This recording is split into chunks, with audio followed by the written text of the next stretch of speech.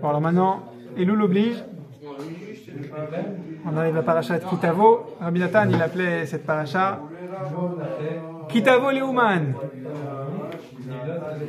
Même si, quand on arrive à Parashat Kitavo, c'est déjà très tard pour commencer à prendre ton billet. Surtout aujourd'hui. À l'époque de Rabbi Nathan, c'était pas la même paire de manches.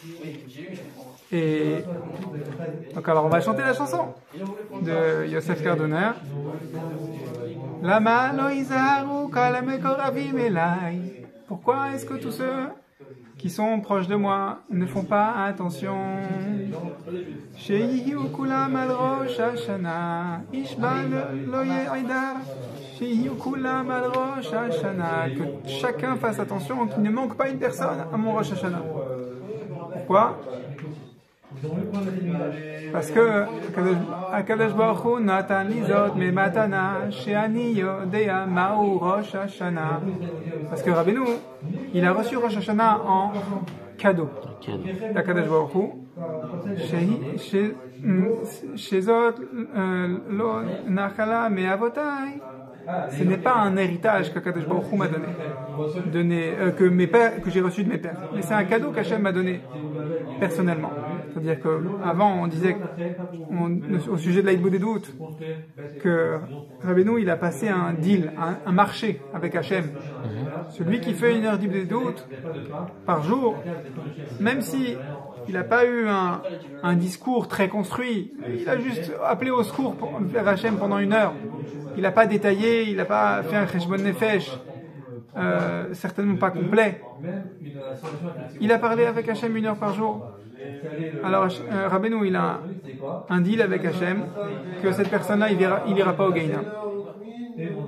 Pourquoi? Tu peux expliquer? Parce que voilà, il a fait ce qui était à la portée d'un être humain normal.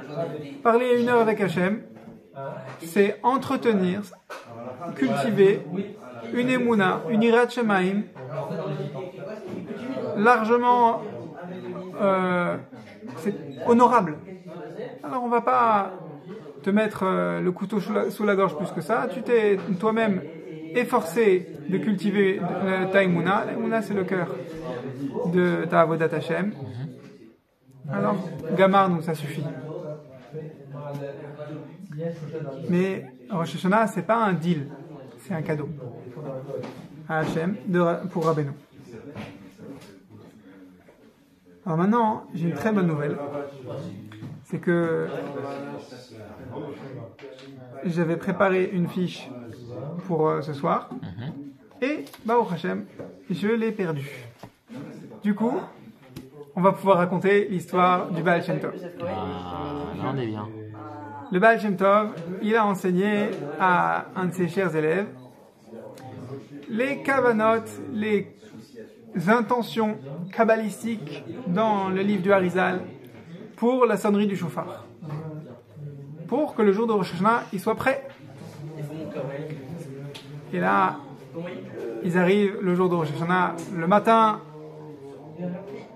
et avant Moussaf, son talmid prépare le shofar, enveloppé, caché, et il sort, il cherche dans sa pochette pour le shofar l'affiche avec le rappel qu'il avait fait lui-même de toutes les kavanotes, comme son maître, le Baal Shem Tov, lui a enseigné.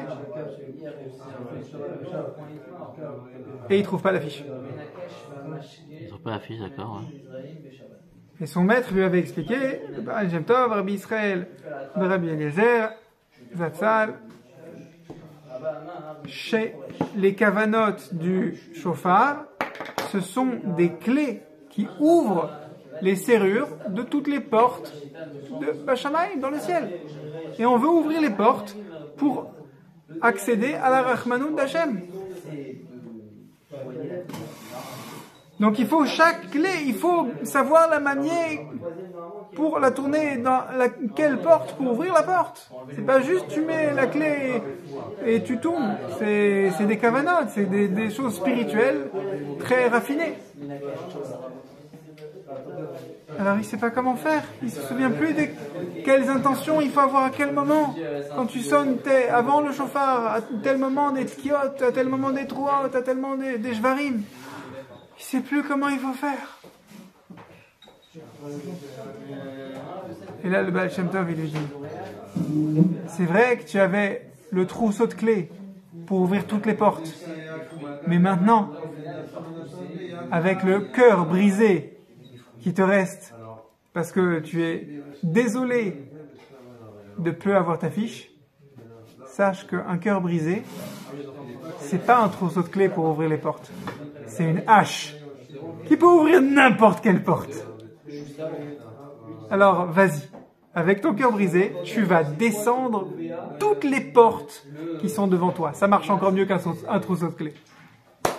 T'as pas besoin d'affiche. Avec les tilotes. Parce qu'il se sent pas prêt, pas méritant. Et ça, c'est magnifique. C'est capable d'ouvrir toutes les portes. Alors, heureusement qu'on a quand même, en 2 exemplaires, à l'Imli Troufa, le livre des lettres de Rabbi Nathan. On va lire la lettre numéro 200, Resh, comme Rosh Hashanah. זה המכתב, נכתב לאחר שגרשו אותו מביתו לנמירוב. Rabbi Nathan a été expulsé de sa maison à Nemirov. Pourquoi? C'était en 1831, 35 pardon, si je me souviens bien, 5595.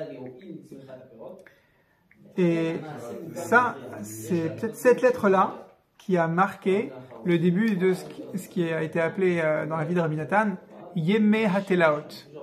3 années, à peu près, où Rabbi Nathan a été exclu de la ville de Breslev pour aller être exilé, essentiellement dans la ville de Nemirov, sa ville natale. Et finalement, il s'en est très bien sorti. Ça lui a fait du bien. Les détracteurs de Rabbi Nathan, qui ont orchestré cette poursuite judiciaire pendant l'instruction de l'enquête contre Rabbi Nathan, il était censé rester dans sa ville de Nemirov, soi-disant pour éviter de faire du grabuge dans la ville de Breslev. Parce que les détracteurs de Rabbi Nathan, ils savaient que le lieu de réunion de Rabbi Nathan avec ses élèves, c'est la ville de Breslev. C'est de là qu'il rayonnait les enseignements de Rabbeinu. Et du coup, qu'est-ce qui s'est passé? Eh bien, ils ont organisé des réunions clandestines à Nemirov, et dans la difficulté, et a pu s'exprimer un attachement encore plus fort aux enseignements de Rabbeinu. Et ça a fait que du bien au mouvement Breslev que Rabbi Nathan cultivait. Et malgré cet exil, où Rabbi Nathan était censé rester assigné à résidence dans la ville de Nemirov, Rabbi Nathan a réussi à venir à Ouman à chaque Rosh Hashanah de ces 3 années. Par des jeux de Hashgacha Pratit, au nez et à la barbe de ses détracteurs. On racontera Bezrat Hashem, c'est des histoires sympas. On a le droit d'être... Donc dans les mots de Rabbi Nathan, Rabbi Nathan dit à son fils, c'est Rabbi Yitzhak, et alors d'abord Rabbi Nathan, tu sens que il s'est auto-censuré. Il sent que son courrier va être lu par une censure. Donc il s'exprime comme ça. Liodiacha kikol asher naase bebreslev ata yodea yoter mimeni. J'ai pas besoin de te faire savoir que tout ce qui se passe dans la ville de Breslev, tu le sais mieux que moi, puisque moi je suis exilé à Nemirov. Donc Rabbeinu, il te demande, Quand tu pries, tu dois prendre la température à l'intérieur de toi-même sur ton niveau spirituel. Par exemple, tu vas prier pour ne pas être en colère, ne pas te mettre en colère. À quoi ça sert les 13 attributs de miséricorde? Ça sert à exprimer de la miséricorde, à exprimer de la patience, de l'acceptation envers l'autre, envers toi-même et l'autre. Donc, quand tu vas faire les 13 attributs de miséricorde pendant les slichot, parce que la Gemara elle dit qu'on les fait, c'est au-delà de la récitation. Le but c'est que tu prennes la température à l'intérieur de toi-même. Où est-ce que tu en es? Est-ce que tu es capable d'accepter l'autre tel qu'il est? Est-ce que tu es capable de lui pardonner? Est-ce que tu es capable de lui pardonner alors qu'il est encore en train de fauter contre toi? Est-ce que tu es capable de lui pardonner alors qu'il a été négligent? C'est pas qu'il a fait exprès de te faire une faute, c'est qu'il a été négligent contre toi. Ou alors, en contraire, il a fait exprès. S'il avait été juste négligent, tu l'aurais pardonné. Chacun, il a un aspect de gravité spécifique. Est-ce que tu es capable, dans chacun des aspects, de lui pardonner, de l'accepter, de l'aimer comme avant, de l'aimer encore plus qu'avant? Tu prends la température, c'est la première prière, Davenen. Und lernen. Et tu vas étudier. Tu vas prendre les 13 attributs de miséricorde. Tu vas les étudier avec le Sefer Tomer Dvorah, avec le Sefer Erech Hapaim. Il y a plusieurs Sefer Erech Hapaim, c'est-à-dire littéralement longueur à la prière, longanimité. Je crois que celui qui est le plus adapté à notre génération, c'est celui de Rav Shik, Rav Eliezer Shlomo Shik, l'homme à roche de Yavneel. Il a pioché dans des centaines de Mekorot de Rabbeinu pour faire un guide clé en main contre la colère. Il y a aussi maîtriser sa colère d'un Rav qui n'est pas Breslev, mais qui a écrit un livre en citant plein de sources différentes, dont Rabbi Nachman, qui est traduit en français. Tu prends le livre et tu l'étudies.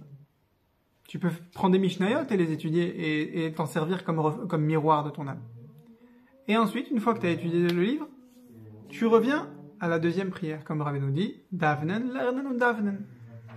La deuxième prière, elle sert à faire quoi? Elle sert à dire Hachem, j'ai étudié quelque chose, j'ai étudié un objectif spirituel, et je me rends compte que je suis à un delta temps avec l'objectif que j'ai étudié. Hachem, il faut que tu combles ce delta. Il faut que tu me rapproches. Je suis trop loin. Je t'en supplie, rapproche-moi. En faisant ça, ça va arriver à faire un kilay. Et tu recommences le lendemain. Hachem, voilà où j'en suis. Hachem, voilà, maintenant je vais étudier. Hachem, voilà le delta. Et quand tu fais ça, tu ramènes à ton cœur. Quand tu étudies avec cette intention de ramener à ton cœur, tu étudies les Shem Shamaim.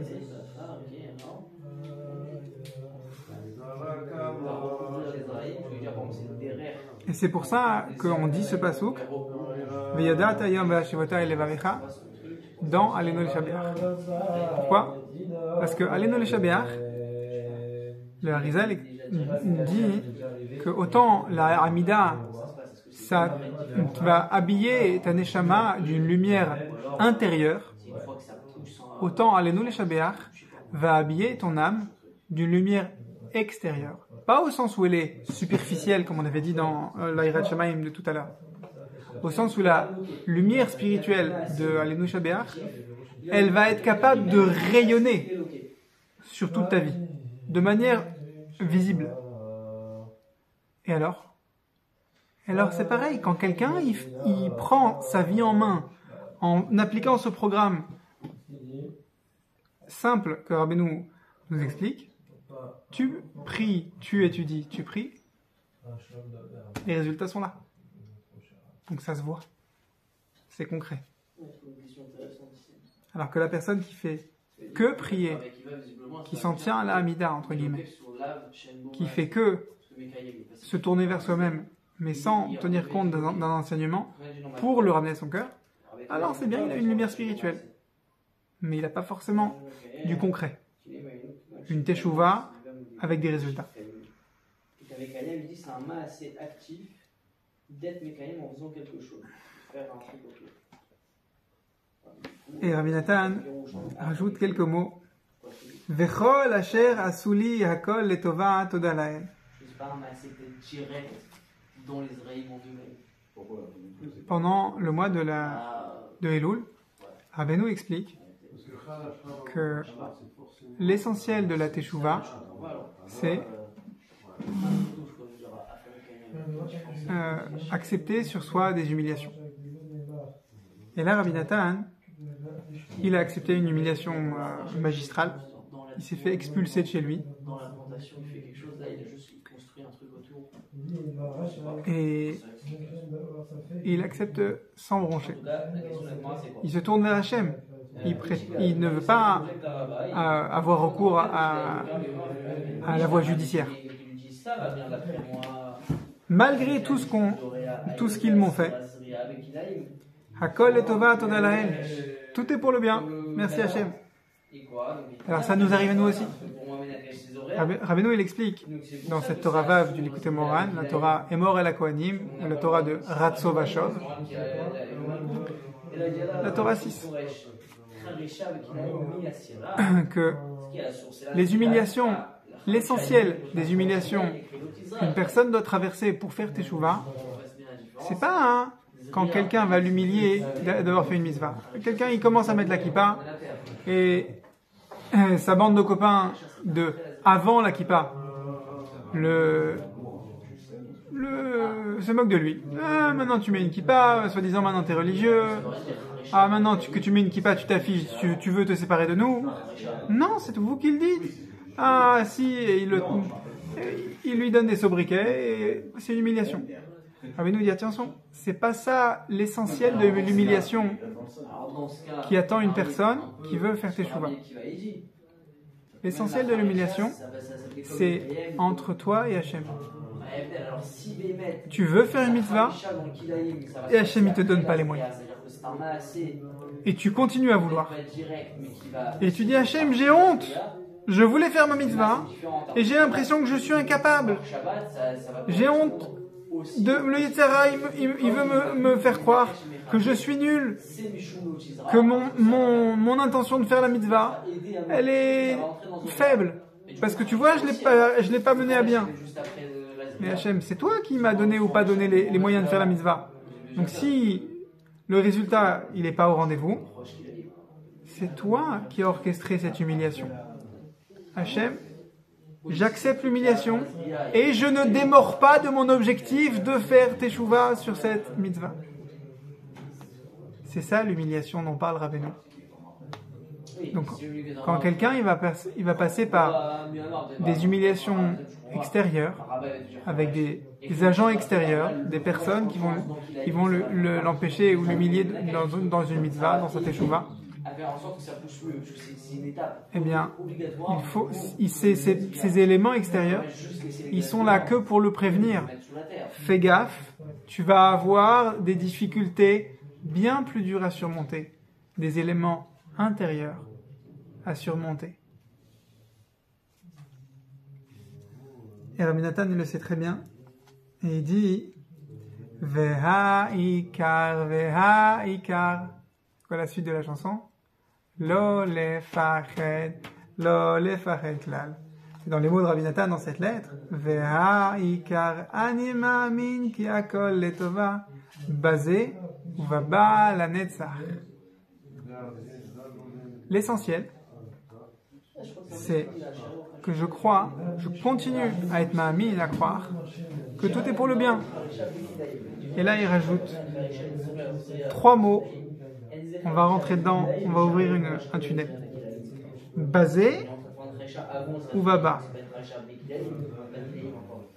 Tu connais la fameuse comparaison? Qui a plus d'Emouna? Rabbi Akiva ou son maître Nahum Ish Gamzu? Nahum Ish Gamzu, il est connu pour dire Gamzu letova. Même ça, c'est pour le bien. Pourquoi? Et grâce à sa émouna que Gamzu letova, que ça aussi c'est pour le bien, alors il y a une issue pour le bien qui se passe.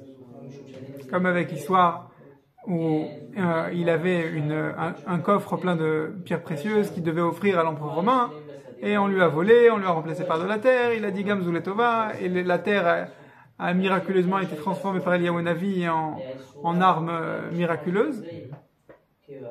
Et à chaque fois il disait Gamzou Letova. Mais Rabbi Akiva, il n'est que l'élève de Nachomish Gamzou. Il avait entre guillemets une autre forme d'Emouna, c'est de dire Kol man derachmanana avid ou deletav avid. Ce que Hachem y fait, ça c'est bien. C'est pas qu'il va en découler les tova, un bien futur, c'est que maintenant tout de suite c'est déjà bien. Et donc l'histoire que la Gemara utilise pour illustrer ça, chez Rabbi Akiva, c'est quand il s'approche d'une ville, il voulait passer la nuit dans la ville, il toque à toutes les portes, s'il vous plaît, est-ce que vous pouvez m'offrir le gîte? Non, tous les hôtels sont pleins, les auberges sont pleines, aucune personne ne veut que Rabbi Akiva dorme sur son canapé, donc Rabbi Akiva est contraint et forcé.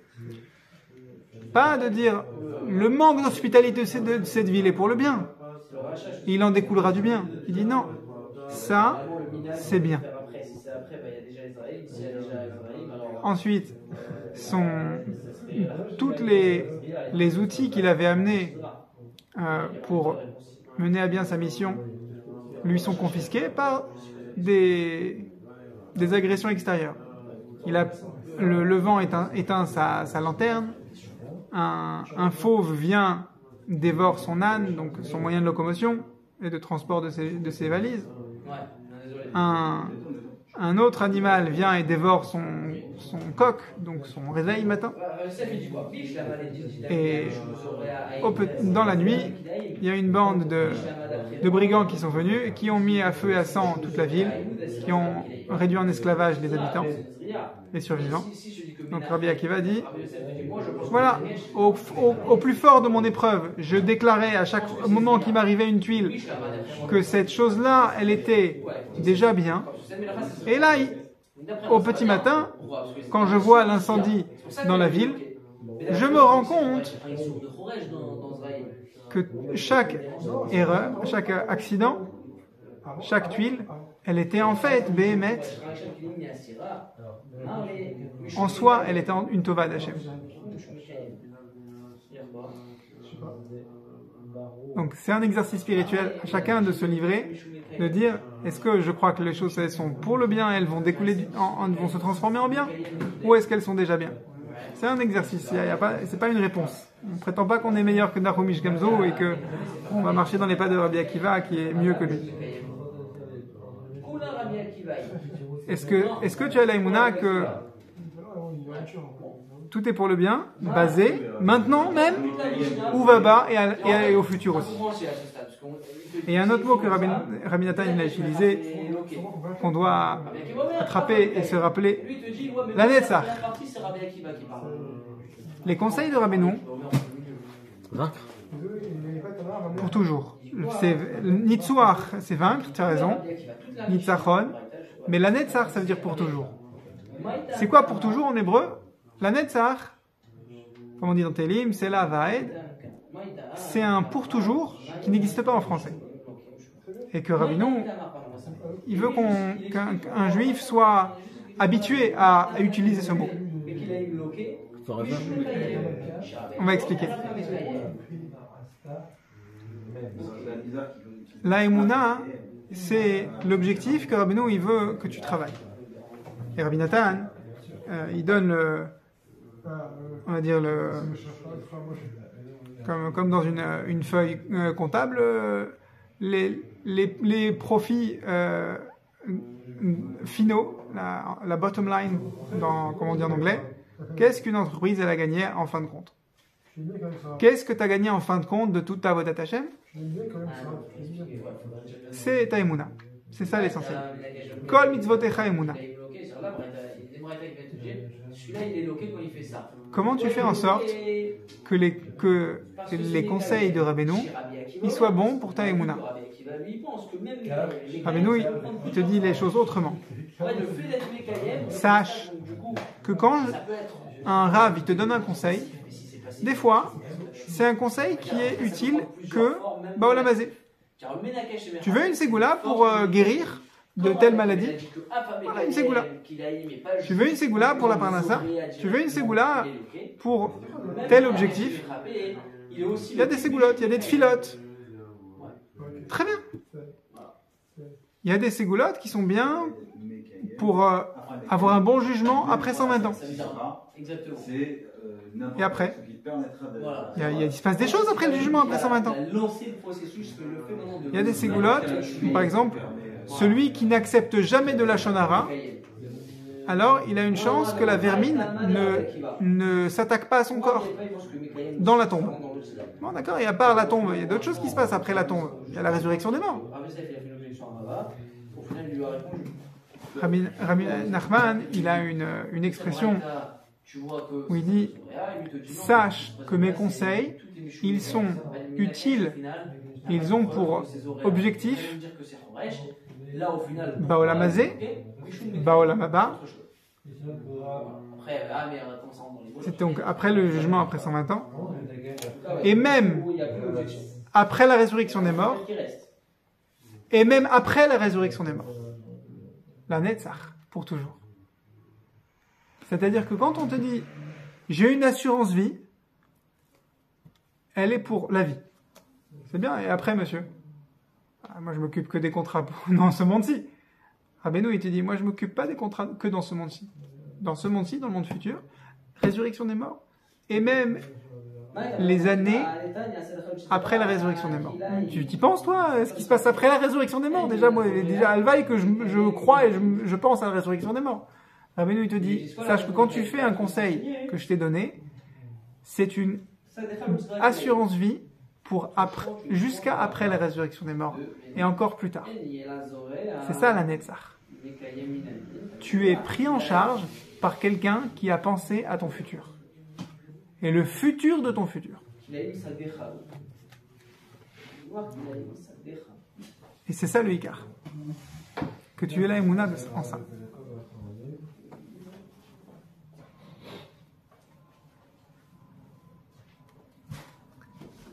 Et Rabbi Nathan dit Hine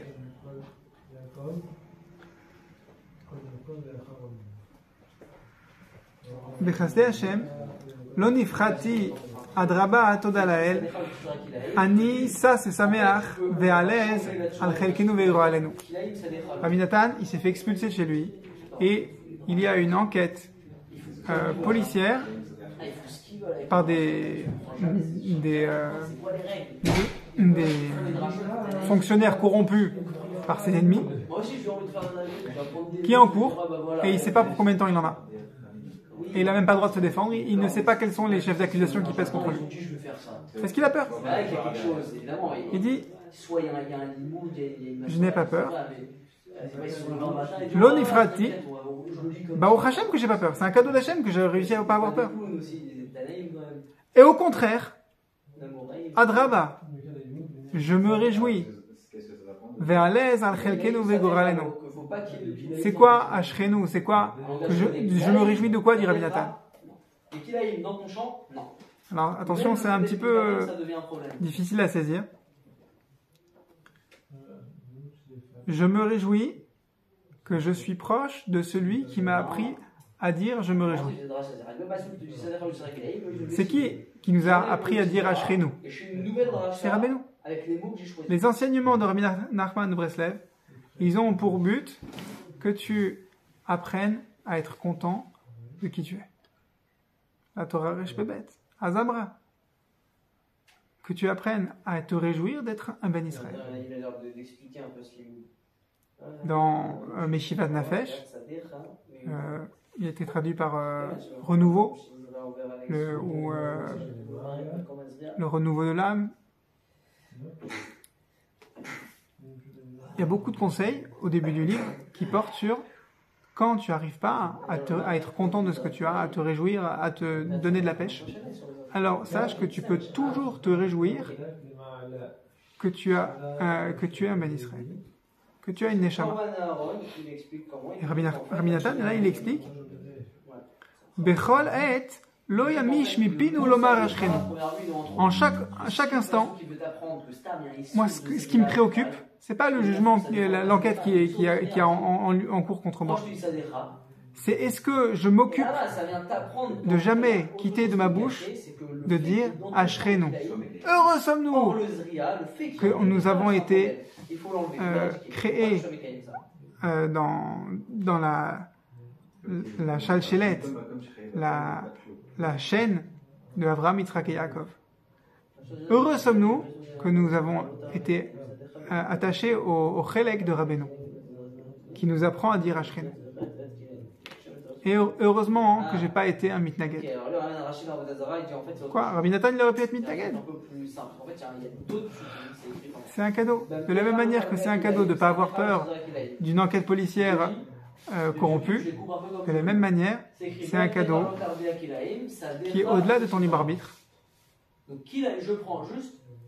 tu sois attaché à Rabbi Nachman, que tu crois dans ses conseils et que tu les appliques. En fait, ton libre arbitre, c'est pas est-ce que tu vas étudier et prier. Ton libre arbitre, c'est est-ce que tu vas être content de ce que tu as. Content de ce que tu arrives à réaliser.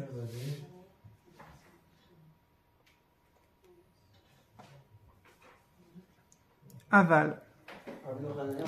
Aval zeirin inun sheyasimu lev lazé. Mais déplore Rabbi Nathan, zeirin. Il y en a peu. Il y a peu de gens qui font attention à ça. Il y a des gens qui étudient beaucoup de Gemara sans faire attention à prendre à cœur du moussar. Comme on avait dit, davnen, lernen, davnen. Il y a peu de gens qui vont, malgré qu'ils étudient beaucoup de l'Ikouté Moharan, de livres de Rava Rouge, de livres de Saba Israël, des livres de Chizouk Breslev. Mais il y en a peu qui vont mettre la cible de leur avoda, de leurs efforts, sur tout simplement le fait d'être heureux de ce qu'ils sont, de dire Ashchenu correctement.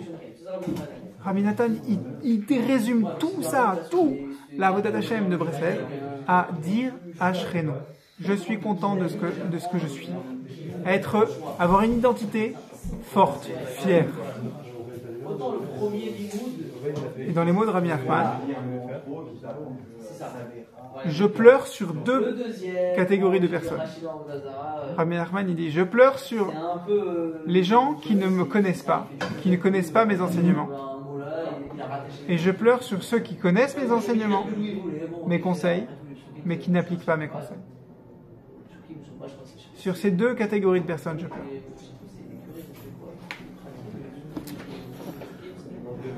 Et Rabbi Nathan, il fait le constat. Il n'y en a pas beaucoup qui appliquent les conseils de Rabbeinu.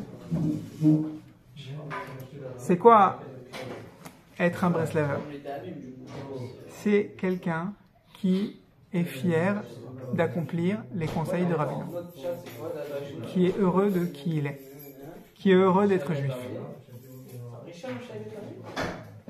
Je pousse le bouchon. C'est quoi un juif? Tu vas me dire, c'est quelqu'un qui est né d'une mère juive. Oui, mais c'est quoi quelqu'un qui vit être juif? C'est quelqu'un qui est fier d'être juif. Tu vas me dire, il faut qu'il le vive aussi dans les actes. Il faut qu'il respecte les halachot. Oui, mais l'essentiel, c'est pas le respect des halachot. C'est être content de respecter les halachot. C'est être fier de l'identité qui fait l'identité. Parce que quelqu'un qui va respecter les actes, mais qui ne célèbre pas son identité, donc il est mcheneuf, il est triste. En fait, il est en train de trahir son identité. Et Rabbi Nathan dit Ve'toda la'el asher chamal elenu Hashem yitbarach, merci Hashem qui nous a appris en pitié, Bechazo Agadol ve'anifla, livli liot mitaget, que nous ne soyons pas en opposition, en contradiction avec notre identité. Leitkarev tzad, linikudot haemet, qu'on ait pu se rapprocher un petit peu de ces points de vérité, de ces conseils que Rabbeinu fait rentrer dans notre cœur, grâce à ses enseignements. Amachnis banu leit chazek, qui fait rentrer en nous la musculation. Désolé, la blouse blanche rejaillit. La musculation de la Neshama. C'est quoi la musculation dont Rabbi Nathan parle? Être content de qui je suis. Être content, se sentir chanceux d'avoir des mitzvot dans ma main. D'avoir été en contact avec des conseils de Rabbi Nachman. Me sentir chanceux, heureux, Ashrenu, d'avoir un talit katan, d'être dans un Beth Midrash. De chaque chose, tu la célèbres. Liot sameach beatachlit ha nitzri. C'est pas un petit travail. C'est un grand travail. C'est tachlit ha nitzri. C'est un objectif éternel de dire à Shrenu, de dire à Zamra. Ve'aikar be'aemunah hakdosha be'Hashem yitbarach ou be'atzadikim. Et l'essentiel de la emuna et de la en Hachem et de la emuna dans les tzadikim. Ashrenu matav chelkenu shezachinu linatzel. Heureux sommes-nous qu'on a mérité d'être sauvés de ceux qui sont en opposition. Amitnagdim ala emet kazé. Ceux qui s'opposent à cette vérité, cette chose tellement simple qu'elle nous échappe, que l'essentiel c'est d'être occupé à célébrer Ashrenu. Ça rentre dans le Issour, mais parce que là, juste après. Ze chelkenu, ze nechamotenu, be'ait sara, ze yeshuatenu vetikvatenu basé au vava à la netzach. Comment ça se lit, c'est que vu que Rabbi Akiva c'est ça notre part, c'est ça notre nechama. C'est évident, ça saute aux yeux. Rabbi Nathan, il est en train d'écrire une lettre, Parashat Kitetse, comme nous, dans les 7 semaines qui suivent Tisha B'Av, où on lit les 7 haftarot de Nechama. Et en même temps, on est en train de se préparer à Rosh Hashanah, la fête où on va couronner Hachem. Où on va faire quoi? On va mettre le viseur sur la Emouna. On apprend avec le passouk de couronner Hachem. Donc en même temps, c'est la Nechama, en même temps, c'est la Emouna. C'est quoi ce Inyan-là? Si tu as un problème dans ta vie, s'il y a quelque chose qui ne va pas, tu ne vas pas recoller les morceaux, tu ne vas pas rattraper un petit peu ton dossier en faisant tchouva de manière superficielle. Non, tu vas complètement remettre les pendules à l'heure en te concentrant sur la Emouna la plus épurée qui soit, être content de qui tu es, être content, être ashré de l'identité qu'Hachem t'a donnée. Et on va finir sur l'arme, comme il dit Rabbi Nachman, comme dit le Shla Kadosh. Si quelqu'un il veut faire teshuva, alors, Shiyargil, Be'amirat Teilim, qu'il soit habitué à faire des Teilim. Pourquoi? Pour faire tchouva. Pourquoi? Comment il commence le livre de Teilim? Ashrei Ha'ish. Heureux est l'homme. Heureux, Ashrei. Comment est-ce qu'il commence le Teilim le plus central, le plus long de tout le Sefer? Ashrei temimei darech. Heureux. Et comment on commence le Likutei Moharan? Ashrei temimei darech.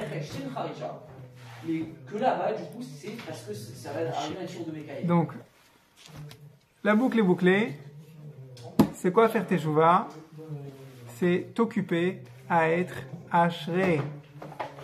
Ashré-toi, ashré-nous. Occupe-toi de ça. Occupons-nous de ça. Et c'est comme ça qu'on fait Teshuvah. Bezrat Hashem. On va encore lire des lettres de Rabbi Nathan. Et même si on a l'impression de se répéter, ce ne sera jamais suffisant. Parce que l'objectif le plus simple, c'est aussi le plus inatteignable. Parce que si après plus de 60 années de vie, Rabbi Nathan, il a dit « Waouh, waouh, waouh, qu'est-ce que j'ai bien accompli ma vie !» Mais il y a une chose, je me bats encore, c'est pas évident que je l'ai atteinte, c'est d'être simple. Donc, Ashrei, comme Rabbi Nachman, il voulait que je sois simple.